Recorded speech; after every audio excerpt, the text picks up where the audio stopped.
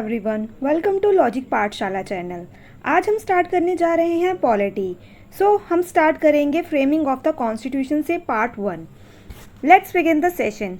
Question 1, which of the following acts introduce communal electorate in India? निम्नलिखित में से किस अधिनियम ने भारत में सांप्रदायिक मतदाताओं की शुरुआत की? आपके पास 4 ऑप्शन हैं, आप इन्हें एक बार देख लीजिए। So its correct answer is option C, that is Indian Council Act 1909। इस एक्ट को और हम किस नाम से जाना जाता है? Morley Minto reforms.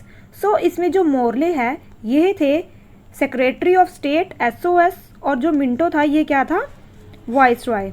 अब हम बाकी ऑप्शंस की भी बात कर लेते हैं। इंडियन काउंसिल एक्ट 1861 में आपका आया था पोर्टफोलियो सिस्टम।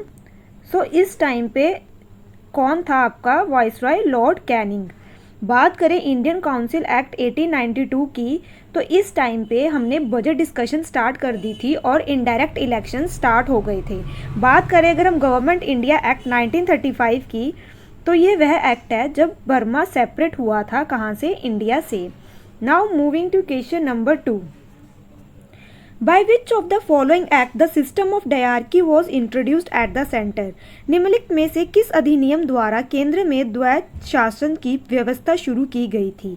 आपके पास 4 ऑप्शन है, आप इन्हें एक बार देख लीजिए। It's correct answer is option 2, that is 1919। Dyarchy में क्या होता था? हमारे पास 2 सब्जेक्ट्स होते थे। एक होते थे हमारे पास रिजर्व सब्जेक्ट, और जो दूसरे थे वह कौन से थे आपके पास? Transfer subject. जो रिजर्व सब्जेक्ट थे, इसकी जो पावर थी, इस सब्जेक्ट्स में जो भी आते थे उनकी जो सारी पावर थी वह किसके पास थी? गवर्नर जनरल के पास। वह ही सारे डिसीजन लेता था। ट्रांसफ़र सब्जेक्ट प्रोविंसेस को दिए गए थे, बट इनमें भी गवर्नर जनरल डिसीजन ले सकता था। बात करें अगर हम गवर्नमेंट इंडिया एक्ट 1919 की, तो इसे हम मोंटेग्यू चैमफोर्ड एक्ट के नाम से भी जाना जाता है। जो इसमें मोंटेग्यू थे ये आपके थे SOS, और जो चैम्सफोर्ड था वह क्या था आपका? वाइस रॉय। जो रिजर्व सब्जेक्ट है इसमें जैसे कि आपके पास आ जाएगा revenue, justice, famine relief, law and order. Transfer subjects में आपके पास आएगा education, public health, local self government, medical services. ठीक है। Now moving to question number 3। In India legal sovereignty is vested with Bharat में कानूनी संप्रभुता निहित है। आपके पास 4 ऑप्शन है, आप इन्हें एक बार देख लीजिए। इसका करेक्ट आंसर है option number D, that is the constitution. Sovereignty का मीन क्या है? Having supreme power of law making. जैसे कि हमारे जितने भी बिल पास होते हैं वह आपके कहाँ से पास होते हैं? वह सारे आपके पार्लियामेंट में से पास होते हैं। बात करें हम क्वेश्चन नंबर 4 की, तो where is the word federal used in the constitution of India? Bharat के संविधान में संघीय शब्द का प्रयोग कहाँ किया गया है? आपके पास 4 ऑप्शंस हैं, आप इन्हें एक बार देख लीजिए। It's correct answer is option D, that is nowhere in the constitution. एक तो आपका फेडरल है और एक आपका वर्ड है जुडिशियल रिव्यू। ये हमने लिया था कहाँ से? ये हमने लिया था ब्रिटेन से। और जो प्रियम्बल है, प्रियम्बल की बात करें तो ये आपका, इसका जो अर्लियर नेम था वह क्या था? ऑब्जेक्टिव रेजोल्यूशन, जो कि किसने पास करवाया था? किसके? जवाहरलाल नेहरू जी ने। पार्ट 3 की बात करें तो इसमें है आपके फंडामेंटल राइट्स, जिन्हें कि किस नाम से जाना जाता है? Magna carta of Indian constitution. ठीक है। आर्टिकल 368 में क्या लिखा गया है? जब भी हमने कॉन्स्टिट्यूशन को अमेंडमेंट करनी होती है, कॉन्स्टिट्यूशन में कुछ भी नया लॉ ऐड ऑन करना होता है या कुछ रिमूव करना होता है, तो हमें आर्टिकल हम 368 का प्रयोग करते हैं। Now moving to question number 5। Indian constitution is made up of how many words? भारतीय संविधान कितने शब्दों से बना है? आपके पास 4 ऑप्शंस हैं, आप इन्हें एक बार देख लीजिए। इसका करेक्ट आंसर है ऑप्शन डी, दैट इज 117369। बात करें अगर हम कॉन्स्टिट्यूशन की, हमारे कॉन्स्टिट्यूशन की, तो हमारा कॉन्स्टिट्यूशन कब बना था? यह आपका बना था 26 नवंबर 1949 में। इसकी जो आपका 26 नवंबर 1949 में तो ये बना था, लेकिन जो ये इम्प्लीमेंट हुआ था ये आपका हुआ था 26 जनवरी 1950 में। 26 नवंबर को हम किस रूप के दिन में सेलिब्रेट किया जाता है? कॉन्स्टिट्यूशन डे के रूप में मनाया जाता है। Now moving to question number 6, how does the constitution of India describe India as? Bharat का संविधान भारत को किस रूप में वर्णित करता है? सो आपके पास 4 ऑप्शन है, आप इन्हें एक बार देख लीजिए। इसका करेक्ट आंसर है option B, that is a union of states. So ये हमारा किस आर्टिकल में लिखा गया है? ये आपका आर्टिकल 1 में लिखा गया है, यूनियन ऑफ स्टेट्स। बात करें अगर हम टेरिटरी ऑफ इंडिया की, तो इसमें हमारे पास क्या क्या इंक्लूड है? इसमें आपके पास स्टेट्स इंक्लूड हैं, प्लस यूटी इंक्लूड है, plus boundary acquired by India. कल को जैसे कुछ भी इंडिया अगर एक्वायर करता है तो वह भी इसी में आएगा, टेरिटरी ऑफ इंडिया। सो एक है आपके पास union of state. Union of state में सिर्फ और सिर्फ स्टेट्स इंक्लूडेड है, ठीक है। और जो टेरिटरी ऑफ इंडिया है इसमें स्टेट, यूटी और boundary that is acquired by India. Now moving to question number 7, Among the following was the first minister of finance in independent India? निम्नलिखित में से कौन स्वतंत्र भारत में पहले वित्त मंत्री थे? आपके पास 4 ऑप्शन है, आप इन्हें एक बार देख लीजिए। So it's correct answer is option A, that is RK Shanmukham Shetty. अब हम थोड़े बाकी मिनिस्टर्स की भी बात कर लेते हैं। जो हमारे सरदार वल्लभ भाई पटेल जी थे, ये हमारे पहले होम एंड IB मिनिस्टर थे, that is information and broadcasting minister. Baldev Singh आपके डिफेंस मिनिस्टर थे। मौलाना अबुल कलाम आज़ाद जी एजुकेशन मिनिस्टर थे। और मौलाना अबुल कलाम आज़ाद जी की जो बर्थ एनिवर्सरी आती है वह आती है 11 नवंबर को, जिसको कि हम किस रूप में मनाते हैं? नेशनल एजुकेशन डे के रूप में मनाया जाता है। बात करें अगर हम राजेंद्र प्रसाद जी की, तो ये आपके प्रेसिडेंट बनने से पहले कौन से मिनिस्टर थे? इनके पास पोर्टफोलियो था फूड एंड एग्रीकल्चर मिनिस्टर का, ठीक है। Now moving to question number 8, which of the following official documents is related with India? निम्नलिखित में से कौन सा आधिकारिक दस्तावेज भारत से संबंधित है? आपके पास 4 ऑप्शन हैं, आप इन्हें एक बार देख लीजिए। So it's correct answer is option A, that is white paper. जो वाइट पेपर है ये एक तरह की पॉलिसी डॉक्यूमेंट है। इसमें क्या होता है कि जो भी हमारे कुछ भी जो हम डिस्कस करेंगे आगे, जो कॉन्स्टिट्यूशन में कुछ भी पार्लियामेंट में कुछ भी अगर आगे जिस चीज़ के रिगार्डिंग डिस्कशन करनी होती है तो वह सब इसमें लिखी जाती है। सो एक तरह का ये क्या होता है, एक तरह का ये फॉलोअप है। Now moving to question number 9, what is meant when the Constitution declares India a secular state? जब संविधान भारत को धर्मनिरपेक्ष राज्य घोषित करता है तो इसका क्या अर्थ है? आपके पास 4 ऑप्शन हैं, आप इन्हें एक बार देख लीजिए। So it's correct answer is option 3, that is the state regards religion as a private affairs of the citizen and does not discriminate on the basis. सो इसमें क्या है कि जो सेकुलर वर्ड है ये एक तरह का बेसिक स्ट्रक्चर में लिखा गया है कि इसमें जो सेकुलर वर्ड है उसमें कि हम सारे जो रिलीजन्स हैं उसको क्या करेंगे, एज ए कंसीडर करेंगे प्राइवेट अफेयर, और इसके बेसिस के ऊपर जो हम डिस्क्रिमिनेशन वह नहीं करेंगे। सो जो आपका सेकुलर वर्ड है ये आपका प्रियम्बल में भी है, और जो प्रियम्बल में सेकुलर वर्ड आपका पहले इंक्लूड नहीं था, ये बाद में इंक्लूड हुआ था। आपकी 42nd अमेंडमेंट 1976 में इस वर्ड को इंक्लूड किया गया था, और इसके साथ साथ 2 वर्ड्स और इंक्लूड हुए थे, दैट इज़ सोशलिस्ट और integrity. So in total 3 word include हुए थे आपके, socialist, secular and integrity.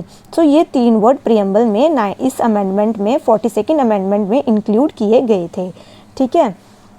Now moving to question number 10, the constitution. ये आपके पास 4 पॉइंट्स हैं, आप इन्हें एक बार पढ़ लीजिए।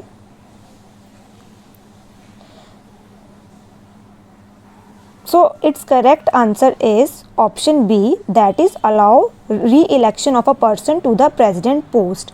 सो हमारे कॉन्स्टिट्यूशन में यह क्या है कि फिर से जो प्रेसिडेंट की पोस्ट के लिए एक इंसान फिर से री इलेक्शन में जा सकता है, और ये आपकी कौन सी उसमें जाती है, कौन से आर्टिकल में आता है? ये आपका आता है 57। So re election of president comes under article 57। Now moving to question number 11, most essential feature of the parliamentary form of government is the, सरकार के संसदीय स्वरूप की सबसे आवश्यक विशेषता है। आपके पास 4 ऑप्शन है, आप इन्हें एक बार देख लीजिए। So it's correct answer is option C, that is accountability of the executive to the legislature. Well, सबसे पहले जो हमारी गवर्नमेंट है ये कौन सी है? Parliamentary form of government. So parliamentary form of government हमने कहाँ से ली है? ब्रिटेन से, ठीक है। हमारे पास क्या है? हमारे पास है legislative, executive and judiciary. Legislative आपके लॉज बनाती है, एग्जीक्यूटिव क्या करेगी? उसे इम्प्लीमेंट करेगी, और जुडिशरी क्या करती है? उसको इंटरप्रेटेड करती है। वेल, जैसे कि मैंने बताया कि हमारी पार्लियामेंट्री फॉर्म ऑफ गवर्नमेंट है, इसे हम कैबिनेट फॉर्म ऑफ गवर्नमेंट भी बोलते हैं और रियल एग्जीक्यूटिव भी बोलते हैं, ठीक है। और इसमें क्या होता है कि जो एग्जीक्यूटिव है ये किसको देते हैं आंसर? ये आंसर देते हैं लेजिस्लेचर को, ठीक है। Now moving to question number 12, the instrument of instructions contained in the government of India act 1935 has been incorporated in the constitution of India in the year 1950 as. So आपके पास 4 option है, आप इन्हें एक बार देख लीजिए। So its correct answer is option B, that is directive principles. Well, instrument of instruction added किए थे हमने इनको पार्ट 4 में, आर्टिकल कौन से? 36 to 51, ठीक है। और कौन से पार्ट में? पार्ट 4 में। सो ये हमने कहाँ से लिए हैं? ये हमने लिए हैं आयरलैंड से, ठीक है। और आयरलैंड ने इनको कहाँ से लिया था? आयरलैंड ने इनको लिया था स्पेन से, ठीक है। वेल, अगर हम बात करें आपके DPSP की, तो ये किसके लिए बनाए जाते हैं? ये बनाए जाते हैं वेलफेयर ऑफ द पीपल, ठीक है। Now moving to question number 13, preventive detention means, निवारक निरोध का अर्थ बताएं, ठीक है। आपके पास 4 ऑप्शन हैं, आप इन्हें एक बार देख लीजिए। So it's correct answer is option 3, that is detention without interrogation. Well, इसमें क्या होता है कि जो सस्पेक्टेड पर्सन है उसे क्या करते हैं? उसे वह अरेस्ट कर लेते हैं, लेकिन उसे वह वहाँ पे बिठा के रखते हैं, उससे कोई पूछताछ नहीं करते। सो प्रिवेंटिव डिटेंशन का मतलब क्या होता है? Detention without interrogation. Now moving to question number 14, the unitary system of government possess which of the following advantages, सरकार की एकतात्मक प्रणाली में निम्नलिखित में से कौन से लाभ हैं? आपके पास 4 ऑप्शन हैं, आप इन्हें एक बार देख लीजिए।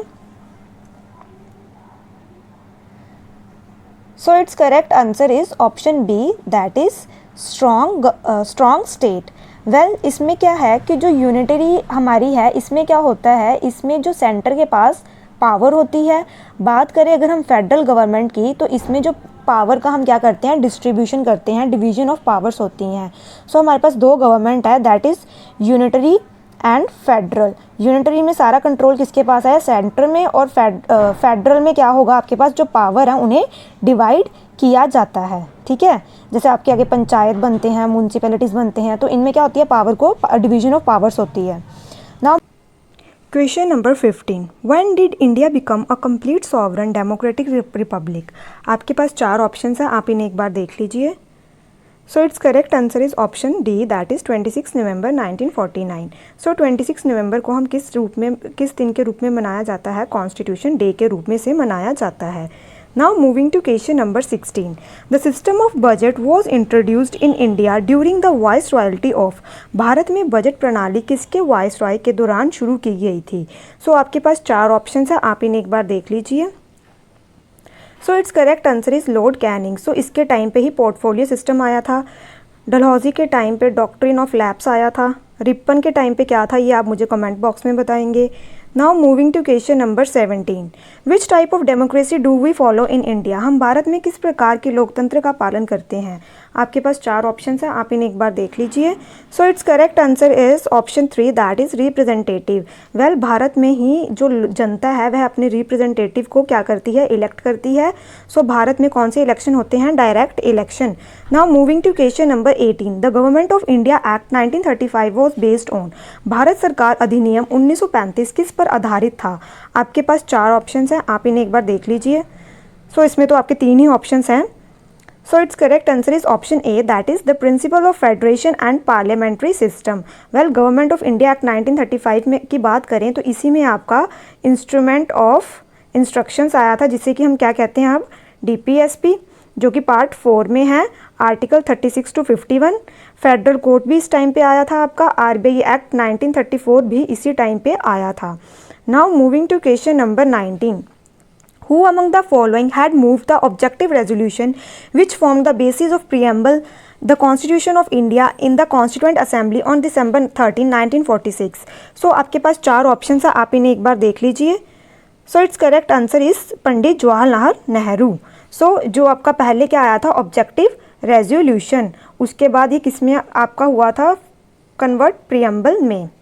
Now moving to question number 20, which one of the following is basic feature of presidential government? निम्नलिखित में से कौन राष्ट्रपति सरकार की एक बुनियादी विशेषता है? आपके पास 4 ऑप्शन हैं, आप इन्हें एक बार देख लीजिए। So it's correct answer is option B, that is single executive. So आज का सेशन हमारा यहाँ पर ही ख़त्म होता है। Thank you for watching this session.